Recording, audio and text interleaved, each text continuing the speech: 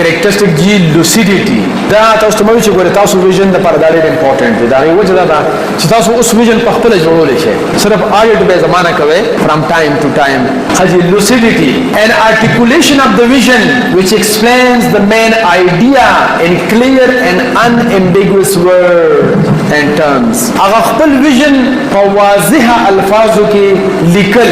دغه ته مونږ وایو lucidity وایو چې تاسو vision سو پړاو کې چې هغه ته پکې څه ابهام نه وي پکې څه پر مونږ دغه خبره کوله چې مونږ vision articulate ولیکو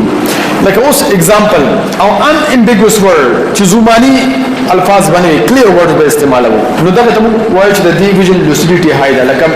example serving orphans and widows of the world for developing them spiritually intellectually socially physically and financially to seek the pleasure of Allah subhanahu wa clear دی کنه دی تاسو په څه confusion شته الفاظونه سو ابهام شته دي ما ته ابهام نه خلک تاسو تخکاری تاسو ویلی شي زه به تاسو کلیئر کوم ٹھیک شو جی او فرض کا مونږه ویژن کلیئر اونلیکو نو زماز به براشي ابو چې بابا سلی کړي زما امپلای و چې یره ویژن ستول اگر چې لایف ده خو چلیږي په کنه بعضی څنګه سي چې هغه ټیک یو سړیو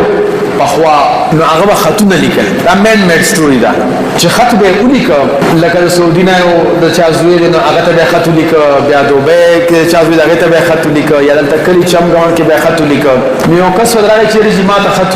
ولیکه او زه د پلاني علاقه ته ورلما چې تم زوی دی یا سعودي چې هغه له یو سم خطر علی ولیکه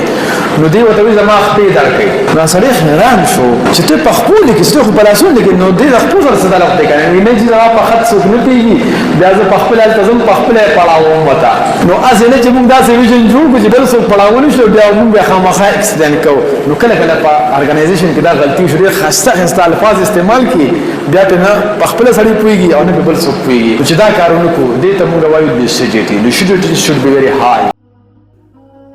د خدای د پاره پښتنو سانونو پیژنئ ستاسو د پاره خو بزان له پیغمبر ناراضي